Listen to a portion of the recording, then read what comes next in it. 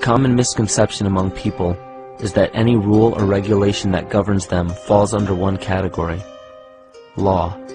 But there are many other forms of law that people abide by without realizing that they simply do not apply to them. Another misconception is that a nation's constitution gives us our rights.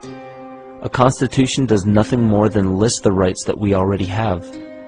We are born with inalienable rights, endowed to us by our Creator. They are not given to us, and they cannot be given away. The most a person can do with a right is choose whether to exercise it or not. Maritime admiralty law is what's known as the law of the water. It is superseded by civil law and only applies to those who willingly contract themselves into it.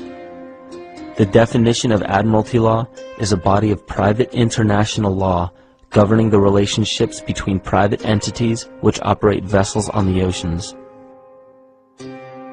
Let's look at how and why a form of law that is fashioned to govern corporations, businesses, and vessels has imposed its rule over natural human beings. This is all done through a form of word magic. A simple perversion of language has made it possible to convince people around the world that these alternative laws apply to them. One of the predominant beliefs in modern culture is that licenses, permits, registrations, and other forms of documentation are required to operate motor vehicles, use public roads, build structures and establishments, engage in free enterprise, and much more. Sadly, these beliefs are based on little to no investigation whatsoever, and are false. This belief structure is perpetuated by maritime admiralty law.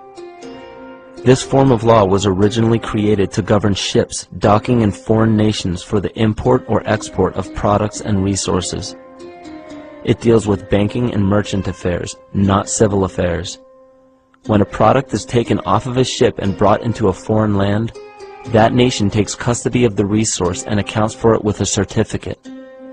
That certificate marks the birth date of that product in the custody of the respective nation. Think of why it is supposedly required to have a certificate of live birth in the first place.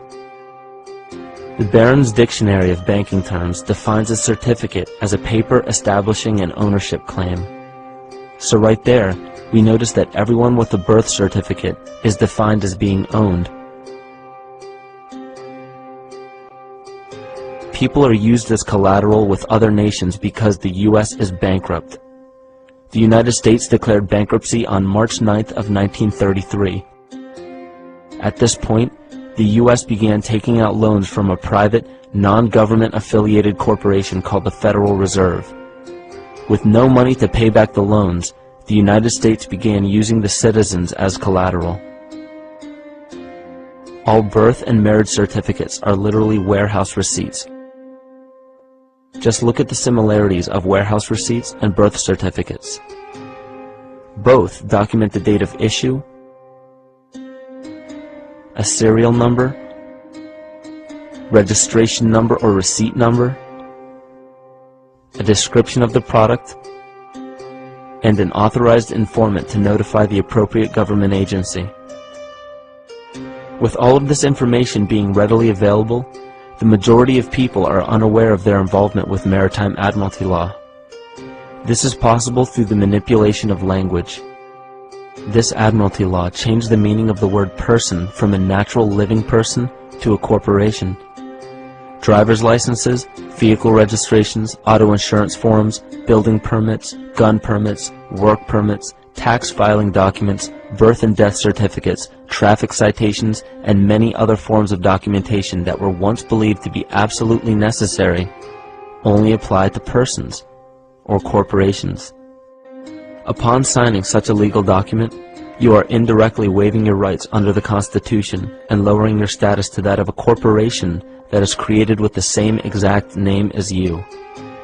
The only way to reconcile your true name from the name of the corporation is to take notice that the corporation has its name in all capital letters. This is known as capitis diminutia maxima. Given what most Americans believe, the next statement may be more shocking than any previous. The fact is, the United States is not a country, but a corporation contractually created by the Constitution. Your state is a country, per the law, and your original citizenship is of that country. Our founders instituted themselves to be first and foremost citizens of their respective states. As of 1787, those states already had formed a union, and they created the Constitution for the purpose of perfecting that union in forming a national government. They did not intend that the new nation have any jurisdiction or powers over the states or their citizens that were not specifically enumerated in the Constitution. They stated this point quite clearly in Article 1, Section 8, Clause 17 of the Constitution. They granted the United States exclusive legislation in all cases whatsoever over such district not exceeding 10 miles square as may become the seat of the government of the United States, our District of Columbia, and to exercise authority over all places purchased by the consent of the states. And that is all. The framers further secured the rights of the people with the 9th and 10th Amendments in the Bill of Rights. In the 9th, they established that the enumeration in the Constitution of certain rights shall not be construed to deny or disparage others retained by the people. And in the 10th, they made clear that the powers not delegated to the United States by the Constitution, nor prohibited to the states, are reserved to the states respectively, or to the people. The only way the federal government can have any jurisdiction beyond these constitutional clauses is by written permission or contract. Which leads us to another piece of the puzzle, the 14th Amendment to the Constitution, ratified in 1868 following the Civil War. As barbaric as it may sound today, the black slaves, prior to the conclusion of the Civil War, were legally considered to be property, with none of the rights or privileges of free-born people, only duties. The money interests took advantage of America's desire to free the slaves, and found a way to use the swiftly adopted post-war constitutional amendments to enslave all of the people. The deceit is in the wording of both the 13th and 14th Amendments. You will note that the 13th Amendment provides that neither slavery nor involuntary servitude shall exist within the United States. But why the emphasis on involuntary servitude? Isn't it the same thing as slavery? Sure it is. But they had to mention the concept of involuntary servitude because they wished to retain another type of slavery, voluntary servitude. Voluntary servitude is an ancient and established concept. It was the way serfs became subjects to their lords during feudal times in England and other European countries. It was a way for free men to earn a living at a time when all property was held by a select few, and thus anyone who wanted to farm and support their family had first to agree to be subject to a lord of the land. Our forefathers hated this concept and designed our Constitution to exclude titles of nobility, making all Americans sovereign. The 14th Amendment turned the intention of the founders on its ear by making voluntary servitude a requirement for former slaves to gain the rights already guaranteed to free-born United States citizens. When the slaves were released from their involuntary servitude following the war, their status was changed from that of being property to that of being a person. But being a person still entitled them to none of the rights associated with citizenship. So the 14th Amendment ostensibly was written to provide the former slaves with the same constitutional rights of free-born American citizens, but only if they agreed first to become subject to the jurisdiction of the corporate United States. Making oneself paramountly, that is, first subject to the jurisdiction of the laws of the United States, however, limits access to parts of the Bill of Rights, as we'll explain in a moment. But first remember, anyone who voluntarily subjects himself to the laws or jurisdiction of another is, in every way, obligated to abide by the terms of any contracts or laws established by whomever establishes the rules of the contract. In simple terms, this meant that the former slaves became subjects first to the United States, and secondly to the state in which they lived. They had no sovereignty whatsoever. This status had never existed in the United States prior to that time. The 14th Amendment created a new class of citizenship in the United States, a second-class citizenship. Up until 1868, every American was a paramount citizen of their state, and by virtue of that, also a citizen of the United States, with full individual sovereignty as guaranteed by Amendments 9 and 10 in the Bill of Rights. But so-called naturalized citizens, or 14th Amendment citizens, are paramountly subject to all laws of the United States, and, having no status as freeborn citizens, have no access at all to the unenumerated rights retained for the people by Articles 9 and 10 of the Bill of Rights. That's because, in order to get any rights at all, they had to subject themselves to the jurisdiction of the corporate United States, which left them no unenumerated rights. The only rights they had were those specifically written into the Constitution.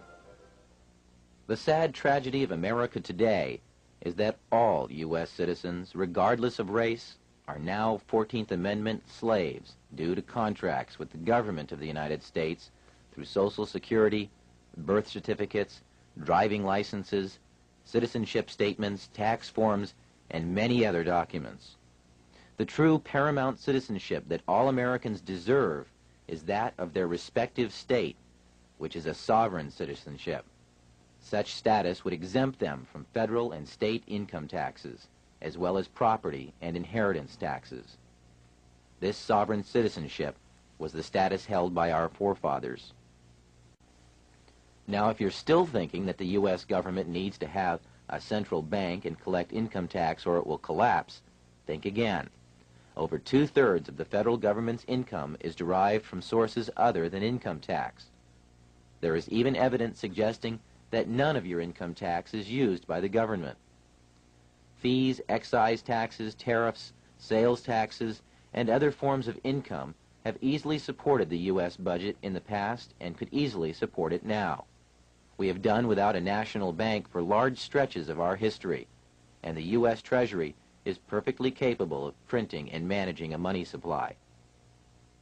In fact, the only constitutionally sanctioned currency is backed by gold or other precious metals.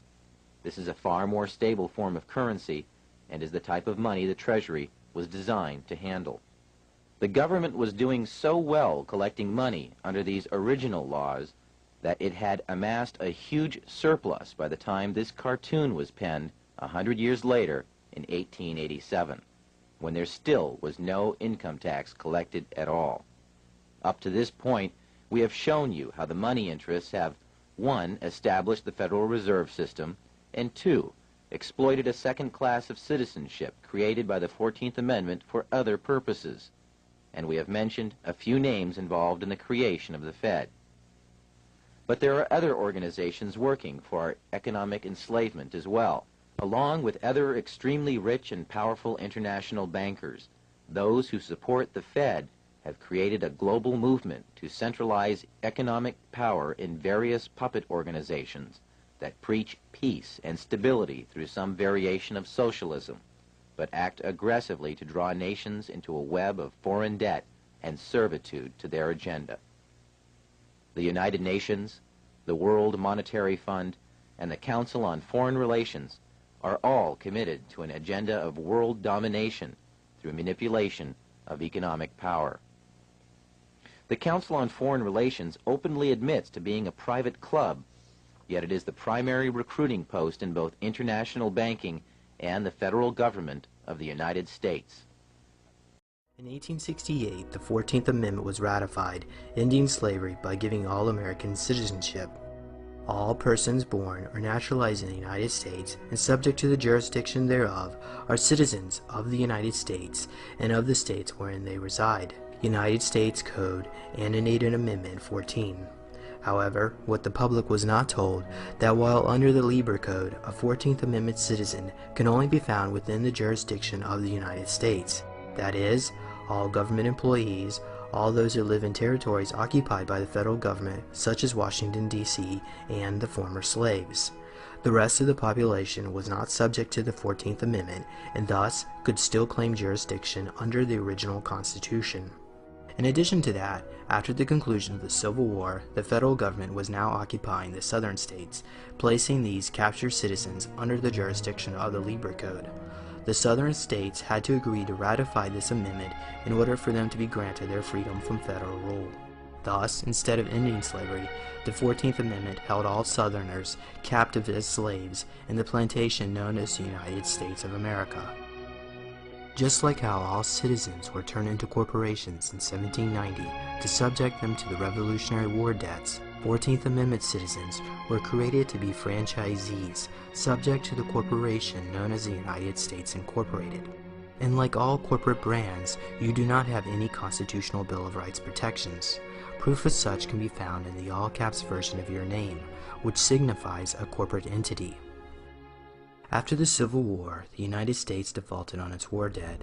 During the bankruptcy proceedings, cunning lawyers and League of International Bankers found a loophole within Article 1, Section 8, Clause 17 of the United States Constitution, which allowed the creation of a duplicate entity known as the Corporation of the United States of America to replace the now bankrupt and defunct Republic of the United States of America.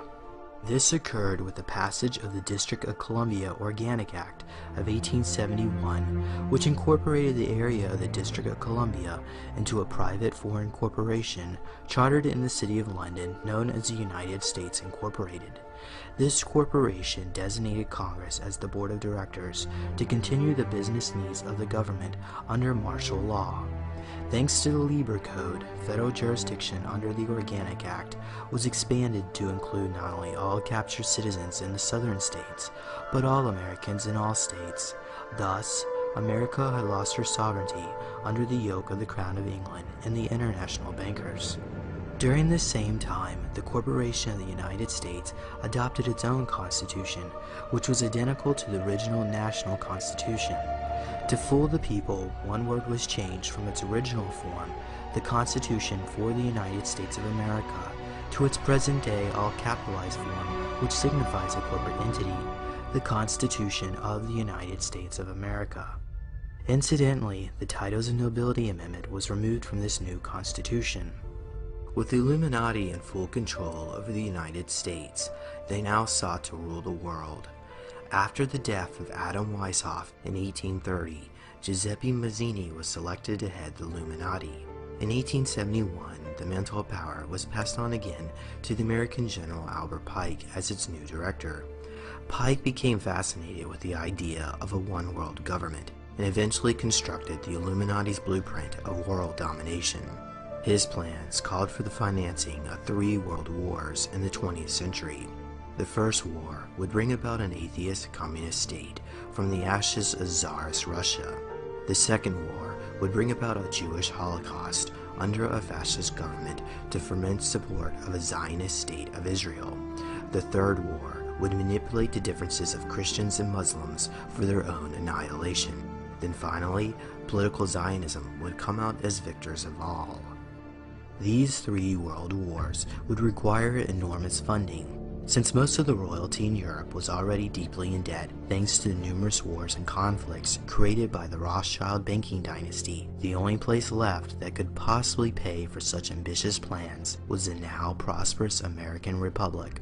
After the Civil War, the United States went through a great industrial expansion. The new industries of oil, steel, textile, and railroad all needed generous financing, which the Rothschild family was more than eager to provide. To access these markets, the Rothschilds sent their agent, Jacob Schiff, to infiltrate the New York banking scene, which was controlled by J.P. Morgan. By the turn of the century, the Rothschilds had fully entrenched themselves into the tight fraternity of Wall Street banks, such as Goldman Sachs and Lehman Brothers. They now sought their most prized possession, full control over the American monetary system. With help from Jacob Schiff and J.P. Morgan, the Rothschilds formed a scheme which would seduce Congress into relinquishing control over the money supply. This occurred with the Panic of 1907, when a liquidity crisis caused many banks and businesses to fail all across the United States. The meltdown began when J.P. Morgan published rumors that the Knickerbocker Trust Company of New York was insolvent. With a bank run on hand, they were forced to call in their loans, creating a chain reaction which would threaten to implode the entire banking system. The failures continued until J.P. Morgan and Company provided a generous loan to the insolvent banks. But J.P. Morgan was not trying to save the American banking system, but rather he used the crisis to destroy his competition by choosing which banks he would bail out. But the biggest casualty of the economic fallout was the looming bankruptcy of the Corporation of the United States, which had no means to pay back their loans, which were due in 1912. In anticipation of this bankruptcy, representatives from the world's most powerful families met in November 1910 at a secret meeting at the Jekyll Island Club Resort in Georgia to discuss the foreclosure of the Corporation of the United States and to brainstorm solutions which would prevent future liquidity crises such as occurred during the Panic of 1907. Those in attendance included Senator Nelson Aldrich, Paul Warburg, representatives from J.P. Morgan and Company, and Jacob Schiff, representing the Rothschild family. They proposed a 20-year extension on the national debt if the United States would agree to charter a privately owned central bank, which would serve as a bank of last resort by lending money to other insolvent banks in order to prevent future bank runs. A week later, they emerged with their plans to create what is known as the Federal Reserve System. Because the current President Taft would never agree to sign away the American monetary system to a cabal of international bankers, they waited until they got their man, the progressive Woodrow Wilson, into power. In return for the bankers' generous campaign contributions, Woodrow Wilson reluctantly promised the bankers he would sign the Federal Reserve Act if he was elected into office. Many powerful forces were opposed to the creation of a privately controlled central bank. To neutralize this threat, J.P. Morgan invited the major opponents of the Federal Reserve Act on board the maiden voyage of the newly built Titanic luxury steamliner built by the White Star Line, owned by J.P. Morgan. J.P. Morgan ordered the captain to steer his ship into an iceberg and under gunpoint prevented the men from escaping onto the lifeboats, killing many of his enemies in one large swoop. When word of this got back to Woodrow Wilson, he commented, "There exists this power in the world, so subtle, so organized, so watchful, that we dare not speak above a whisper when we speak in condemnation of it." At the beginning of 1913, the United States had defaulted on its debt. After being denied a new line of credit, the now President Woodrow Wilson faced a constitutional crisis. With no other sources of funding, he went along with the bankers' schemes engineered at the Jekyll Island Resort. To avoid any opposition, Senator Nelson Aldrich quickly pushed the Federal Reserve Act through both houses of Congress. On December 23, 1913, while most of Congress was away on Christmas vacation, a quorum call was issued. A few selected congressional traitors voted by voice to avoid public record and passed the Federal Reserve Act, which President Wilson signed into law. Wilson later admitted with remorse when referring to the Fed, "I have unwittingly ruined my country." This act gave away the keys of the printing presses at the U.S. Treasury to a foreign corporation chartered under the Crown of England, known as the Federal Reserve Bank. The Federal Reserve was created by Congress in 1913, and it was entrusted with the power granted originally to the Congress by the U.S. Constitution to coin money and regulate the value thereof. The Federal Reserve Bank advertises itself as a non-profit corporation that operates as if it's another branch of the government. However, its board members are unelected, and their meetings are conducted behind the closed doors away from public scrutiny. The board of directors of the Federal Reserve System is chosen by the president from a list prepared by the bankers themselves. It's important that whomever I pick is viewed as an independent person from politics. All this secrecy becomes very suspicious, considering how the Federal Reserve monitors and controls trillions of dollars within the world's banking system. After the federal government lost its ability to issue its own money, the national debt soon soared to astronomical heights, because now the government had to pay the Federal Reserve interest on all its currency printed to circulation. But this interest on the national debt could never be repaid, as the Federal Reserve required all debts to be repaid with gold, which the government did not have. And even worse, the interest portion of the national debt was not issued into the money supply. In other words, more and more debt would have to be issued to continue servicing the growing interest payments on all loans. In order to cover this interest payment, Congress was forced to pass the income tax legislation, which became law in 1913 with the ratification of the 16th Amendment, also known as the Income Tax Amendment. Initially, they levied a 1% voluntary tax on all incomes over $3,000 and a progressive surtax on all incomes over $20,000, but this would soon increase with the outbreak of World War I and World War II. Income tax allowed the Federal Reserve System to confiscate the earnings of the common man, but the industrialists and financiers were exempted from paying any income tax because they could afford to hide their assets in tax-free foundations which they claimed were devoted to philanthropy. Examples of such include the Rockefeller Foundation, the Mellon Foundation, and the Carnegie Endowment. The main purpose of the income tax is not to raise revenue, but to redistribute wealth and to control society. Technically, the 16th Amendment was not ratified by the necessary states, as it violates the constitutional clause of no direct taxes. Despite this, Congress went ahead and taxed the people anyway. The government was able to do this because under their corporate charter, Congress was operating as the board of directors, and therefore they had the authority to enter this amendment as ratified. But remember, this amendment has nothing to do with the original United States Constitution, which was replaced back in 1871 with the corporate constitution. It's actually very simple. Congress tried to enact an income tax in 1894. The Supreme Court said that's unconstitutional.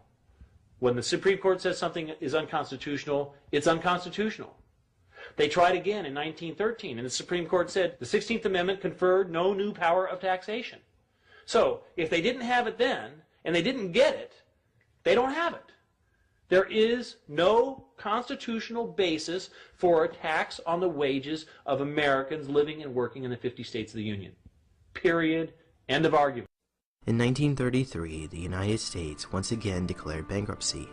To make all citizens subject to repayment of the national debt, the bankers chartered a Delaware corporation known as the Bureau of Internal Revenue. But this corporation was illegally masquerading as part of the government, placing them under constant threat of lawsuit. To escape this litigation, they moved their jurisdiction outside of the United States to Puerto Rico. This occurred in 1953 when they changed their name to the Internal Revenue Service, or IRS, incorporated as a Puerto Rican trust within the division of the Department of the Treasury of the Commonwealth of Puerto Rico. Further proof can be found within the United States Code, which lists the IRS as Trust Fund Number 62, the Puerto Rico Special Fund Internal Revenue. This was done to divert all income tax payments to the International Monetary Fund, owned by the various central banks of Europe and North America, which in turn are owned by the Crown of England. There is a substantial, conclusive body of evidence that proves that our income tax system represents the most pernicious form of tyranny. It is the greatest hoax ever perpetrated by government against the working men and women of America. I can eliminate all income taxes tomorrow and have more than enough money to fund the government by using some other guy's bright idea. We tax the Federal Reserve at 0.0006, doubles our money until we decide to put them out of business permanently, because we certainly should not have central banks. The evidence proving income tax is paid to the United Kingdom is found deep within the IRS Individual Master File, which contains every transaction and financial record gathered by IRS officials throughout your lifetime. One of these codes determines what kind of tax you are paying. After looking this code up within the IRS 6209 manual, you find that they have incorrectly classified all Americans as domiciled corporations in either Guam, the Virgin Islands, or Puerto Rico. Furthermore, all taxpayers who filled out a 1040 form are subject to a tax for doing commerce with the United Kingdom under a treaty with the United States. There is no law that requires the average American worker in the private sector to pay a direct unapportioned tax on their labor and compensation for services. There is no law. As you follow the money trail, you find that the taxes collected on the 1040 form is then sent to the Crown of England as a tribute payment. The Crown of England is a sovereign corporation located within the 677 acres of the city, found within the heart of Greater London. This tiny strip of land contains the world's most powerful banking houses, such as the Bank of England and Lloyd's of London, owned by the House of Rothschild. It is these bankers and their counterpart, the Temple Bar attorneys, that constitute the power base known simply as the Crown. Even though the Queen of England is a member of this club, she is not its corporate head. That job was given to the Pontiff of Rome. The Pope was given control over the monarchy with the signing of the Treaty of 1213 between King John and Pope Innocent III, which forever pledged England as a vassal state of the Holy Roman Empire. In 1297, that treaty was used as a precedent to incorporate the city as an independent city-state controlled by the Vatican, which would govern England without directly relying on the monarchy. Just like how the Corporation of the United States was subject to the Crown of England, so too were the subjects of the British Empire, enslaved with debt by the financial division of the Vatican, headquartered within the City of London. Today, this small clique of bankers have full authority over the affairs of Parliament, and this has been the case since 1694, when Pope Innocent XI hired William of Orange to depose the Stuart kings and charter the Bank of England. Located within the Crown of England is the original Federal Reserve Charter, which according to the Farmer Claims legal team, allocates that 67% of the income tax collected by the IRS was to be divided to the Crown of England. Another 23% was to be paid as a dividend to the 300 shareholders of the Federal Reserve Bank, and the last 10% was to be paid to the employees of the IRS to keep them quiet about this sweet deal. Since 1913, none of the income tax collected by the IRS has gone to the federal government. The federal government is funded totally through black budget sources such as drug trafficking and off-budget accounting on the Comprehensive Annual Financial Report. My name is Jordan Maxwell.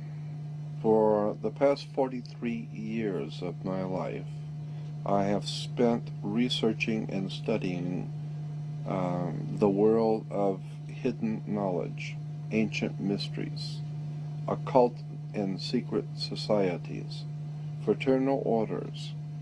My real first love is theology, occult theology. But let me warn you, and let me say that the word occult does not mean evil or bad. It carries that denotation, but it's not really bad. Occult simply means hidden. Anything which is hidden is occult. It's a Latin word for hidden. Consequently, so much of knowledge, important spiritual, political, sociological knowledge, it's been hidden. And so I have spent, as I said, the past 43 years of my life searching out hidden knowledge. And that's what I do.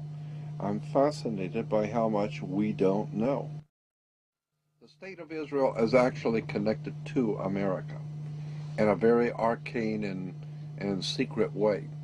So they are, the state of Israel is connected to the American federal system. It's very interesting. That's why America sends billions and billions and billions of dollars. Quite literally, I've heard the figure per year, something like $17 billion a year to the state of Israel. Incredible amounts of money. Why? There's something else going on here, and they haven't told you the whole story. If you were looking down from a satellite, looking down onto the Earth, or even higher out than a satellite would be, you would see that the largest single landmass on the Earth is from Russia, from the northeast tip of Russia, all the way across to Central West Africa, to the West African coast. Then from England, Ireland, England, all the way across to India. And you crisscross the largest single landmass on the earth. That cross comes right through the city of Jerusalem. That's where it crosses. And so the old ancient Phoenician Canaanites, being the bankers, they said, if you coming through town to do business, Jack, you're going to pay us up front. And so whoever controls Jerusalem controls the flow of oil, drugs, all kinds of products, the flow of gold, diamonds, all the valuable things in the world goes through Jerusalem. That's why it's the holy city. Money, international, monetary world situation set up so that all money, all flowing of business, commerce goes through Jerusalem. That's the name of the tomb, and that's why Jerusalem is so important to the American people. Now, you've got to give the people a reason why Israel is so important. Now, we know that Israel is very important because of strategically where it sits on the trade routes to control the flow of oil, drugs, diamonds, and a lot of drugs in Israel, going through Israel. Major movements of illicit narcotics and drugs through Israel. And diamonds, gold, money, etc., etc. But you've got to give the people who are going to go over there and lose their lives and give their sons in war, you've got to give them a reason. So we tell them that it's religious. It's the Lord's chosen people, the Lord's people. And the Lord himself has chosen Israel. And we give them a line. You'd be surprised what Americans love. They love that kind of stuff. And so we tell them, it's the Lord's will. And the Lord Jesus was there, and all the great prophets and all of that. And so we have to protect that little country, Israel, because it's the Lord's will. So I believe that all of these things which are happening right now in the Middle East, there are many factors involved, obviously. It's not just oil. It's not just money. Those are the cards on the table. When you're laying out the game and you're going to play a game, a high-stakes game, say in Las Vegas, where hundreds of thousands, if not millions of dollars are laying on the table, and you're playing a high-stakes game, you're going to have the cards you've got that you're playing. Well, one of the cards that's being used in this high-stakes game is, of course, oil. One of them is, of course, drugs.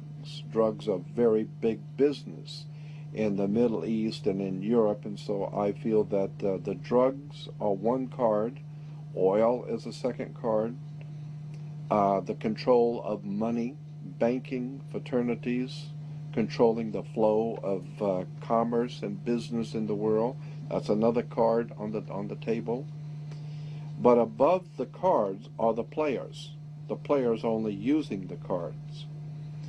And I think the players in this world game that's being laid out for us now are guided not by the cards. They're guided by something else. There's something else going on here. And it has to do with secret societies and ancient religions. People have been living from day to day, never realizing the profound impact secrets have on us. Secret government, secret projects, secret knowledge. And today we are beginning to see that the world is in serious trouble. I believe that the things which are going on in the world today, not the least of which the Middle Eastern war and Middle Eastern intrigue, I think the machinations that are going on behind the scenes of world government are being orchestrated.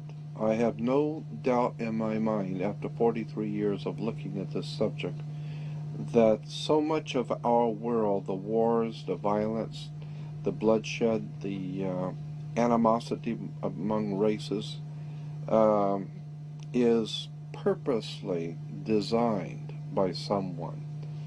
Catholic Church is involved in Israel, they're involved in the Holocaust, When the Germans saw, when the Nazis saw that the war was going bad for them and that they were going to lose the war, that was like 1944, all the top Nazis were given Vatican passports and given safe passage and money through the Vatican banks. Money was given to all the top Nazis to get them out. So the Vatican sent a bunch of Nazis to Uruguay, Paraguay, Brazil, Argentina.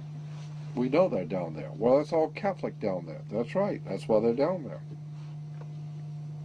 The scientists and the theoreticians, they sent directly through the CIA, which is the Knights of Malta organization for the Catholic Church. Catholic Church is CIA. CIA is Catholic Church. The CIA broke into the Watergate Hotel. Watergate Hotel is owned by the Vatican. The owners of the Watergate Hotel today in Washington, D.C. is owned by the Catholic Church. It's a Vatican owner. The Vatican owns the Watergate. And the CIA was in there doing their dirty work in the Watergate Hotel. And then they got Nixon kicked out of office because Nixon realized that the Vatican is involved in all this crap and the English involved in all this crap, so the Vatican set up their own people. Send the CIA into, well, we can't do it in just any place. That's all right, send it to our hotel, we'll take care of it. Reinhard Gehlen was not only a Knights of Malta, but he was also one of the founders of today, the CIA. Reinhard Gehlen was the man in charge of security for Adolf Hitler. He was chief of security for the Nazi Empire, Reinhard Gehlen. And when he saw that things were going bad and they were going to lose, Reinhard Gehlen was chief of security. He's not an idiot. And this guy knows the war is up. We've lost. So he goes to the Vatican, and the Vatican gets him a ticket over here to work for America, and he comes over here and sets up something called the CIA. All of these religious leaders in America on television, they have contracts under the table with international oil cartels, drug cartels, banking cartels, and they are reaping in millions of dollars in private profits in European banks that American Christians have no idea in the world about. But all you have to do is just start doing some homework and checking on all of the so-called Christian leaders who are all for the state of Israel. Find out how much money did you make last year. Then you begin finding out the oil companies put up millions of dollars for Christian churches to send out missions. So many of the Christian missionaries that go out around the world, and these you see them nightly on television, missionary movements that go out to the poor, starving people of Africa and the poor people of China. These missions are being financed, but a lot of the big churches are not telling their people that it's being financed by oil companies. Oil companies and drug cartels are financing many of the church's missions throughout the world. We now know, we have documented proof beyond a shadow of a doubt that World War I, World War II were planned long in advance. The things which are going on in the Middle East have been planned for, I believe, at least 40 years. Minimum. I can show you at least 40 years ago that this government, American government, was already keenly anticipating a major war in the Middle East. When the corporation called United States, after the change of the century, coming into 1900s, decided they wanted to expand. They got so much money and they're doing so well.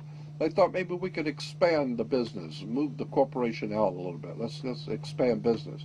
Let's go to Germany or Europe and open up a big corporation there and take in their corporation, their government. We'll take them over. And the Germans said, "Hey, Jack, it's like a mafia. What are you coming over here? You're gonna buy me? I'll buy you. You don't buy me." Like the Godfather movie. What, you're going to come into Las Vegas and you're going to give me, and you're going to buy my hotels? Who says I'm going to sell my hotels? And the American corporation, British American corporation, said, unfortunately, maybe you didn't understand. Let me restate it so you understand. I didn't ask you. I'm telling you. We're moving in here. It's called a corporate takeover. And so there was a hostile corporate takeover where the American corporation decided they want to take over in Europe, and they didn't want to be taken over. Well, it's too bad. We'll take over anyway. So they called it a hostile corporate takeover. We call it World War I. So the corporation called United States was able to overthrow the existing corporate order in Europe, but it cost a lot of money. They had to build a lot of tanks and jeeps and pay a lot of people, and the corporation, well, they were successful. They did what they wanted to do, but they went broke doing it. And so when they went broke doing it, and then the bankers pulled their money out in '29, we had something called a stock market crash, because the corporation spent so much money, they went broke. So the international banker says, well, if you're broke, what are you coming to me for? I'm not going to loan you money if you're broke. And so what do you have as collateral? You got any collateral that you could put up for me to loan you the money? And the corporation called United States, the British corporation called United States, said, yes, we have the stock. We'll give you stock in the company. You are the stock in the corporation. So they give your body to the banks in Switzerland. So your body now becomes stock for the corporation called United States, because you are a money maker. Bankers came in and said, if we're going to loan you money, you guys have lost money, you guys have gone bankrupt, we're going to take care of the accounting. We're going to see where the money goes. We'll give you the money, but we're going to make it sure it goes where we want it to go. So they set up the Federal Reserve System, and then the collection agency to make damn sure that you people pay us. We're going to set up to keep a record of how much you owe us in business each week. We're going to call that the Federal Reserve. And to make sure that your stock, all the chumps out there in America working, make sure the stock pays us. We're going to make sure they pay us. You don't just tell me you're going to pay. I'm going to make sure they're going to pay. So we will set up a collection agency. Our own personal collection agency is called the Internal Revenue. You mess with us, Jack, and we're going to hurt your face. You owe us money. So the banks loan money to the privately owned corporation called United States, and the United States Corporation gave your body, your birth certificate, to the banks as collateral for the loan, and that's why today Americans are nothing but slaves. Now this is something I want you to understand, and you need to listen carefully, because this is profoundly important. Most people have never heard this and don't even understand what I'm trying to say. So try and follow what I'm going to tell you. There are two kinds of law on the earth, as I've said. One is called civil law, which is the law of the land, and one is called maritime admiralty, which is called the law of water. Maritime admiralty is banking law. And the law on the maritime admiralty says that you, because you came out of your mother's water, are a maritime admiralty product. This is why the ship is sitting in its berth and is tied to the dock, and the captain has to give a certificate of manifest to the port authorities, because money is changing hands. This is why when you were born, you have to have a birth certificate. And it's got to be signed by the dock, because that's where the ship is tied to, is the dock. So the dock signs your birth certificate. Why? Because you came down out of your mother's water. You came down her birth canal. You are a maritime admiralty product. And therefore your birth certificate is signed by your mother, And where your mother signed on the birth certificate, get it, you will see it does not say parent or mother, it says informant. Your mother was informing that the bank that she has just produced another product to be bought and sold. England, the British Crown, through international banking, owns your physical body, and that's the law. So you can think it's funny all you want. So the bottom line is that you are a maritime admiralty product, and therefore the banks own your body. And on the back of the Social Security card will be numbers in red. On the front will be in blue or black, but on the back will be in red. The numbers on the back of a Social Security card in red designate your body. It is the serial number of your stock. And this is why if you're wealthy, you are preferred stock. If you're poor, you are common stock. But you are a stock on the stock market. Your body is bought and sold through the use of your birth certificate. And if you could get your original birth certificate back, you would find that on the back of the birth certificate are all the banks around the world. All over the world, banks have used your birth certificate because you are a stock in a maritime admiralty banking scheme where you make money for banks. So consequently, the corporation and government and people who want to control you, they create a second you, and that second you that they control, that they created, is all capital letters. Check it out. Anytime you get a bill, you get a lawsuit, you get a fine, a ticket, somebody sends you a bill from the Department of Water and Power, check it out on your driver's license, on your Social Security card, on your insurance cards, anything, period, anything having to do with business, your name will always be in all capital letters, because only all capital letters can be dealt with by banks and government. Anytime you have a name upper or lowercase, that applies to you. I got no control over you. You sign a contract in which your name is in all capital letters, now I can take you to court. Now I can take you. As a matter of fact, the judge sits on the bench. He rules from the bench. The word bench in Latin is a bank. Look it up in a Latin dictionary. So the judge rules from the bench. Right, because he's ruling for the bank. Why? Because somebody's going to pay. It's just a game here. The Queen of England wants a cut of the American blood. She wants a piece. So it's going, somebody's going to pay, and the money's going to go where? Into a bank. That's right. The judge rules for the bank. So consequently, if you are working in California making money, you are then referred to as a franchisee. You're a franchisee of a foreign corporation. 1849 Constitution of California. 1849 Constitution of California says, no California citizen will ever pay taxes in California state, ever.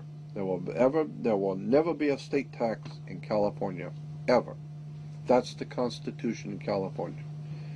But if you say that you're a United States citizen, you're saying you work for a privately owned corporation called United States. Therefore, you are a franchisee of a foreign corporation. Therefore, you must pay the California Franchise Tax Board. Not California State Tax Board. There is no state tax in California. You pay the California Franchise Tax Board because you're a franchisee of a foreign corporation on the maritime banking law, international law. You work for the Queen of England. Your butt is owned by the Queen of England in a corporation called United States, while a man called Bush is the president of the British corporation. You want to talk treason?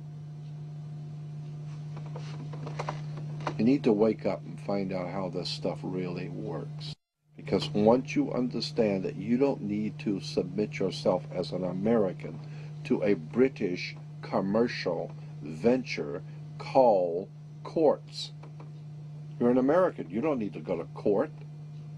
There's nobody. You only go to court because you agreed to go to court. When they send you a subpoena to court or a summons to court, they've sent you something, you look at it and say, hey, Jack, that's not me. That's in all capital letters. All capital letters is a corporation. It's a corpse. It's dead. Do I look like I'm dead to you? No, I'm an American, Jack. I ain't dead. And besides, I'll go to an American system for justice. I don't need no British Grand Lodge Masonic system called courts. This British Grand Lodge Freemasonic system called Inns of Court comes out of England. And it has manipulated, exploited, and lied to the people. And everybody in America thinks they got to go to court. Oh, the judge is, they've sent me something that I've got to go to court. I don't go to anybody's court. I'm an American. I don't need to go to court. That's the difference between being a free man and a slave.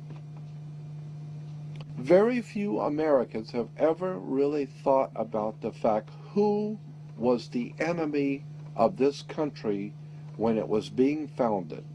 Who was it George Washington was at war with? Bloodshed on the field of battle. Who were the Americans fighting and dying on the field of battle, fighting to found this country? The Russians? No, as a matter of fact, the Russians were our supporters. The French? No. The French were supporting us. They loved us. They thought it was a great idea of somebody actually standing up for their rights and becoming a free people. And the French say, hey, that's sensational. Matter of fact, we'll come over and help you if you want. Anybody that fights against that bunch of cutthroat murderers, British royalty, will help. Even the Tsar of Russia said, hey, you guys going to revolt against England? Hey, about time. Somebody will come help you. And so Russia helped the Americans. French helped Americans. All over the world, people say, hey, it's about time you guys got out for I love it. See somebody stand up for their own rights and take their country and become a free people. Your enemy when you founded this country was England, British royalty. When the Americans stood up in the field of battle and whipped the King of England's ass and sent the British back with their asses bleeding, all over the world, wealthy people, potentates, kings, rulers, princes, all the powerful people in the world, all over the earth, were watching. And they say, hey, we heard the King of England got his ass kicked last week by a little group of people called Americans. Well, they chased your ass out of town, didn't they? And consequently, the King of England became the laughing stock of the world. Everybody, hey, boy, he's got all the big army and the redcoats and their guns and everything. That little bunch of Americans, they kicked your ass and sent you back crawling on your knees. What you going to do about that? You going to let him get away with that? And so the king realized he could not.